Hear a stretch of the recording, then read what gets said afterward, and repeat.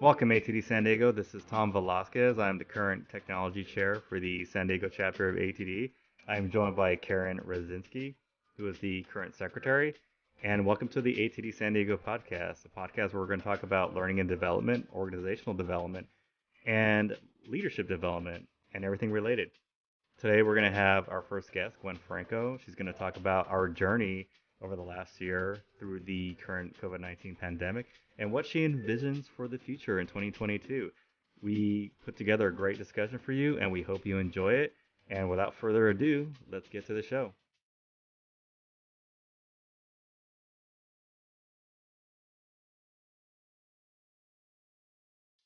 Welcome, everybody, to the ATD San Diego podcast, our first ever podcast for the San Diego chapter of the Association for Talent Development. I am one of your hosts. My name is Tom Velasquez. I'm the current technology chair for the chapter. And Karen, why don't you go ahead and introduce yourself? Hello, I'm Karen Radzinski, and I am currently the ATD secretary on the board of directors as well. So we welcome and thank all of you for joining us today. And today we have our president-elect, Gwen Franco. She's been kind enough to be our first guest that we're going to have on our show. So welcome, Gwen. And why don't you introduce yourself and tell our members who are going to be listening to this, tell us a little bit about yourself. Sure. I'm honored and excited to be the first guest and really just to have a conversation with you, Tom, and with Karen. So I currently sit as the president-elect for our chapter. And so I'm in this role for 2021. In 2022, I will be in the president role. And then in 2023, I would be past president. So it's kind of a 3-year term that you serve. Prior to this, I was programs director last year in 2020. That was my first role on the board for this chapter. And just a little bit about me, I am from Southern California, a little north of San Diego, but moved to San Diego 5 years ago. And I am currently a global talent management manager with Hyatt Hotels Corporation. And I've worked for Hyatt for 13 years. So little newer to the talent development, talent management. That's more of an area that I discovered in my career in the last 3 or 4 years. And ATD has been a great resource to help me in my development and really just being on the board as well. So excited to chat and to be a part of this. Awesome. So I didn't know that you were new to the talent development field, Gwen. You made your transition. What were you doing before? So I was in HR. I was in human resources, which so I started as an HR coordinator at a Hyatt hotel. It's a beautiful hotel in Huntington Beach. And first of all, my degree is in philosophy. So I was in absolutely no way even looking for hospitality, human resources, or even talent management or development. And so I grew up in HR, and within HR, I learned a little bit about training, facilitating training. And that's where I always enjoyed doing that, facilitating training. After 8 years, I transferred down to the San Diego area. And fortunately, there was an area learning and development manager role here in the San Diego area. And it's when I stepped into that position that I discovered talent development. And that's how I found ATD. So I think it's similar in that sense. So that was about 4 years ago now that I did that. And the rest is history. So Gwen, you went from HR with Hyatt to talent and development with Hyatt, and then you found ATD. Did you kind of find it by accident? How did that come in? Yeah. So what happened is when I stepped into this role, I am very fortunate. I had such an amazing boss, and she was like, learn your craft, learn what L&D is and how you can take it beyond what it has been. It's got to be more than just training. Like, how can you make it more? Find something outside of Hyatt, find this industry. So she really, is the one who I think who helped me kind of name it. And surprisingly, that year was the ATD conference, the international conference in San Diego. And I didn't attend the conference. I just went to the expo. And I was completely overwhelmed. I could not believe how huge this industry was, how it was really like its own standing entity, we'll say, right? And how robust there was and how complex it was. And I was just like, little me over here, you know, leading orientations. And then where was my place in this? Like, how was I going to discover who I was going to be as ultimately a talent development professional? So I was fortunate in that my boss kind of helped me start that conversation. And then Google's an amazing tool. You Google talent development, talent management, you know, training, and ATD comes up in some way. And I found the chapter. You know, that's funny that you say that, because that is, I was part of ATD before the international conference was in San Diego, but I actually happened to volunteer for that. And I was exactly as you mentioned. I was blown away by all the people there. Barack Obama was the keynote speaker. I did not see him. Yes, he was. But I did not get to see him. It was the same conference that I was blown away at. And so that's how I've kind of been part of the chapter as well. So Karen, you're HR too, right? I am HR. Yes, I am. Yeah. So it sounds like we all kind of got our interest in the talent development field stemming from that conference. Because I kind of went through the same thing where I was in the legal field. I had a taste of talent development and staff development while I was at the district attorney's office. And I just really like the field. And it kind of just falls in with who I am as a person. And I always like to help people succeed and grow personally and professionally. So to me, it was just a natural fit. And that's when I kind of started getting more involved with ATD. And, you know, coming from the legal field, it's completely different. So we have a bunch of unique backgrounds here, and it's really interesting. And there's a lot of people transitioning to this field. Yes. And I think people are just attracted to what this field does for people. But you know, Tom, to kind of go off what you're saying is, you know, Karen, you say you're in HR as well. And for me, so Hyatt was my first adult job. So I don't know the difference of like what happens in the world of HR versus, for me, it's whatever happens within Hyatt. And that's right. My truth. Right. So I didn't know that there was a separation, even at the corporate level, between talent development and HR. I thought they were one. And when I discovered ATD and I went to the conference and everything, I was like, that's another thing that just blew me away so much. I was like, oh, it's not even really within HR, but it is, but it's not. And it supports it, but it doesn't, but it's independent. And so just even to wrap your head around that is pretty cool. I think it's pretty cool. And there's just so much opportunity. And I think that represents a lot of our members as well, right? There's a lot of people who are kind of HR practitioners and practice, lead some form of talent development strategies within their role. And then there are people who are just solely talent development practitioners or, thought leaders, whatever it may be. And that's only what they do in that space, and it's separated from HR, and it's just different within every company. Yeah, I agree. Well, that's a great segue, because in moving forward, we're looking at, just coming out of this pandemic and looking at your presidency for next year. Where would you like to see, where do you see how ATD San Diego is going to grow and emerge after this? Right, Gwen, you have a unique point of view, because you took over the programs director position. I mean, I was at the same transition meeting as you were. We thought we had two programs directors. We had two programs directors slated, and for whatever one reason, one of them just couldn't continue with, couldn't give the support she was intending to. So you became the sole programs director, and then all of a sudden, the world shuts down. We're all going home, and I can't imagine what it was like for you, where you're just like, oh my God, how am I going to program when we can't go out and do anything? So really kind of give us your perspective on this, because like I said, I think you have an interesting story to tell. Oh, thanks, Tom. Thank you so much.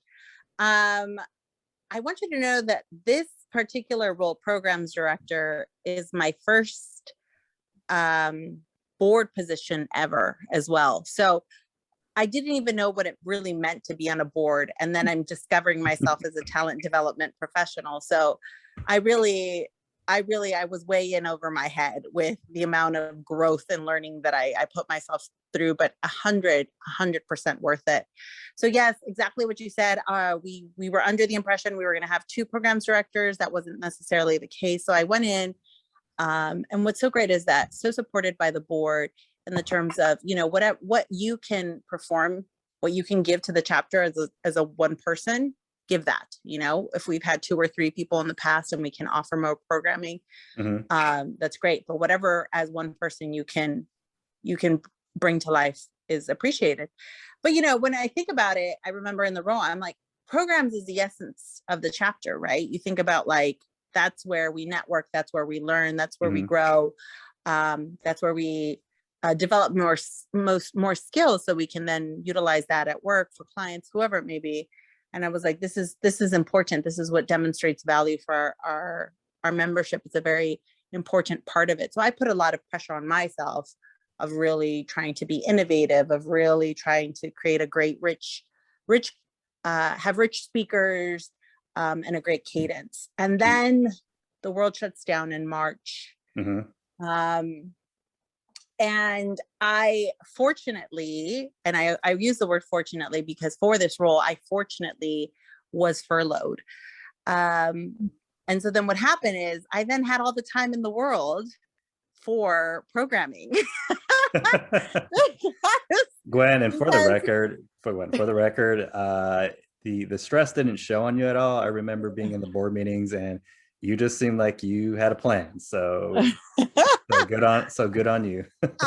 Thank you. But I was, it's managing the board role, the responsibility, the work of, planning programs, and then a full-time position is a lot, and it takes time. And in different circumstances, I think with more fellow programs directors, I think it would have been a little bit more okay. But that's why I say that fortunately, I was furloughed, because then I had all the time in the world to really focus on sourcing and finding content, finding relevant speakers, planning. And then the other thing was just even transitioning from in-program to virtual. Everybody had to learn these new virtual meeting, facilitating, connecting, and socializing skills that, even us as part of our profession needed to elevate that skill.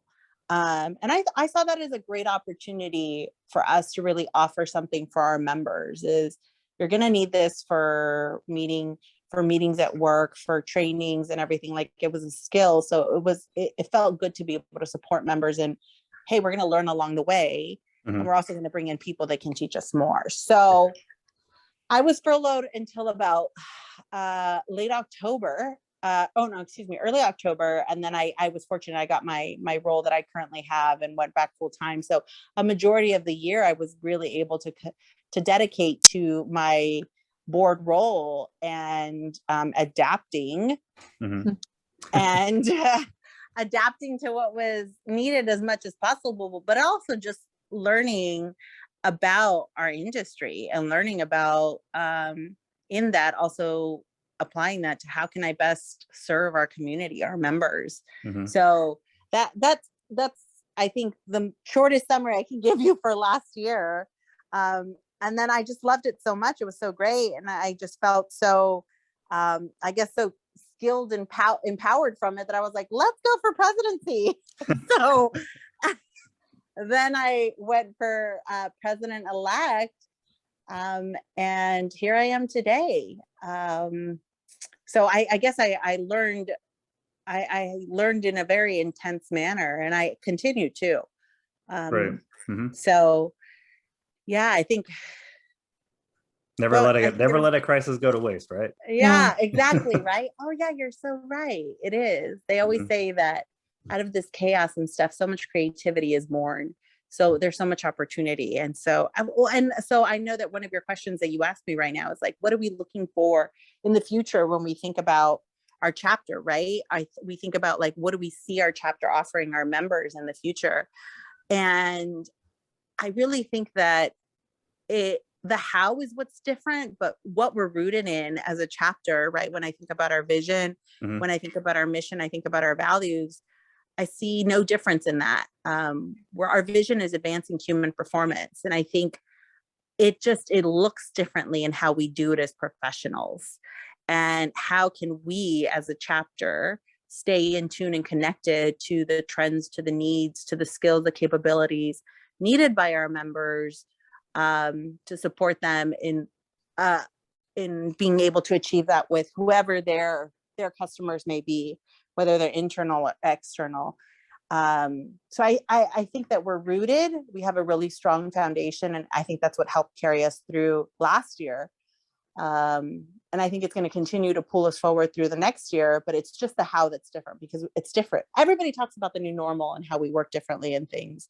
So I think just the how is different, which I'm still excited that we're discovering. And I think one of the things that I've noticed is that it's pivoting is so important. If something works today, it might not necessarily work tomorrow. So, and I think having an open mind in regards to what works today might not work tomorrow. Being able to change at a moment's notice would also be beneficial as well. So that is something that I've seen. Yeah, I would absolutely agree with you, Karen. So it's like those are, and that to me is like, how can we support in building that skill for professionals, for our members, support them in having that agile mindset, adaptive, whatever we want to call it, so that's how they're showing up for for who they're supporting, right? Because that's what we do so much of that. We coach and help others and bring them along. But we need to be there as well. So that's a really good point, Karen. Sounds great.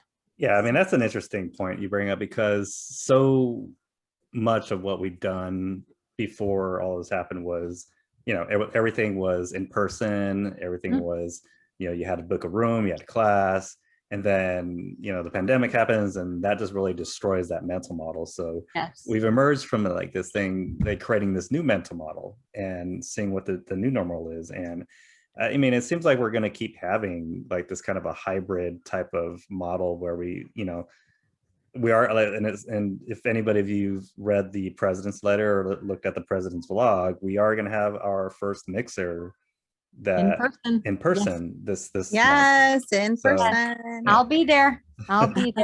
So will I hope July so 29th. So I will be traveling for work, which it's the first time I'm traveling for work since I got my new role. So that's awesome for you. And the fact that you're traveling. Thank you. And it's like these kinds of things where we're talking about these first, right? We're going to have our first in person. I'm going to travel for work, and people are still experiencing their first post-COVID. So that's why I feel like I love this corporate term. I didn't learn it until I started working at corporate, and I think it's just fabulous, right? It's like we're iterating, and I think we're doing that with Tom, you said it, we're going to have this hybrid model, or, and we're going to test that out. Is it going to work? I don't know, but we're going to continue to see if that's working for our members. And if not, then we shift, right. We try something else. So we're in a very creative state, because I think that's how everybody is. We're determining what it is that we want, what it is that we need. And I think as a chapter, we just have a responsibility to stay really close and connected to our community so that we can meet that as much as possible. Right. And be open to it's not, we're not going to do things the way they were before. Let's be open to trying new stuff. Yes. Yeah. Yep. No, I was just going to segue right into I was just going to build off what you said before, is that a lot of what we do, and for any members or potential members that are listening to this, is that we exist because of the members, and we depend a lot on your feedback as to what we can do as a chapter to provide value for your membership. So when you attend our events, when you attend our online Zoom meetings, when we send out that survey form, fill it out, let us know what you're thinking. It takes 5 minutes, and if 5 minutes can get you more value out of your membership, then please let us know. Yes. I think we all know that feedback is gold. And, in our practice, we will, when you're helping somebody with growth, when you're helping somebody develop, feedback is a part of that in some way. And so it's the same for our chapter. And so anytime, any form of feedback we can get is always valuable for us. So thank you for anyone when they share with us, because we want to hear it. We want to know what we can do to better serve you. Absolutely. Sounds good.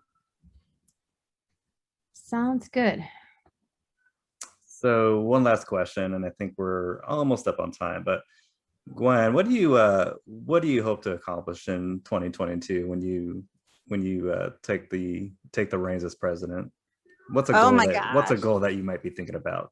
Yeah. And if you don't have nothing, I won't hold you to it. It's okay. Yeah. I'm not trying to hold your feet. I'm not going to try to hold your feet to the fire. It's just a little fun, thought-provoking question. Oh, thank you. Yes, I think a goal for myself, this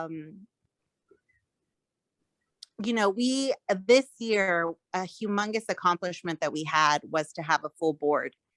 And I sat in board meetings. Yeah, I sat in board meetings in 2020. I've sat in board meetings this year, and the commitment, the excitement, and that our board members have to move our chapter forward, to provide that value to members, and to drive membership and all those things is just so inspiring.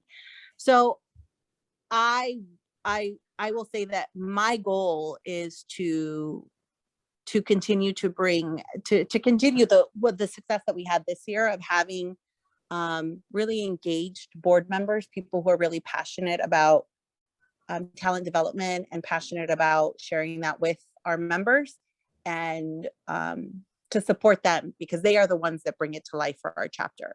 So my goal will be to be of service to our board members so that they can then provide the value to our chapter. Got it. Servant leadership in action. Awesome. Yes. That is fantastic, Gwen. I love that. Oh, thank you. You put me on the spot. I really didn't have one, but when I thought about it, I was like, that's what my role is as president, is to support the board, and the board does you do the work, and I appreciate that. And it's so great when you get to work with people who are eager to be excellent. Awesome. I can understand that. Yes, agreed. Perfect. Any final thoughts, anybody? No, but I'm working on August speaker or podcaster as well. So everybody, please look forward to our August episode that we have, because I'm working on a couple people right now, and we'll let you know as soon as we get somebody booked. Yeah, I would say also, like, even share, I'm so honored, and I'm so proud of Karen and Tom for being so innovative with this project, and just finding another way to stay connected to our community. But I would say, even if you have any ideas or suggestions or topics, speakers or conversations that you want to hear, reach out to Tom and Karen. They're all ears. And this is something also that's being in the works, and we'll see what comes. I'm excited. I love podcasts, and this is going to be great. Right. And, and you can reach any of us board members if you just go to our website, tdsandiego.org. And if you go to our About page and see chapter leaders, you can find any one of our emails. So please feel free to reach out to us. And yeah, don't forget to check out our events at tdsandiego.org/events for anything coming up. And be sure to check out the President's Vlog monthly when she releases it, just to get an update on what's going on with the chapter. So I just wanted to say to Gwen, thanks for joining us. Karen, thanks for helping me put this together. We, seems to be doing really well, playing off each other. So that's great. I'm happy. So. Oh, this was great. This was like such a good conversation. Thank you so much once again. And I can't wait to hear more. I can't wait to learn from other people, hear their stories. And yeah, thank you so much, guys. All right, Perfect. thanks. Thanks, All guys. right. Okay. Okay. Bye. Bye. Thanks again, ATD, for joining us on our first episode. We hope you enjoyed it. We plan to bring more engaging conversations with different leaders in the L&D field. Be sure to be on the lookout for our new episodes that we plan to release at least once a month. So be sure to be on the lookout for that, and we hope you'll join us next time. Thank you very much.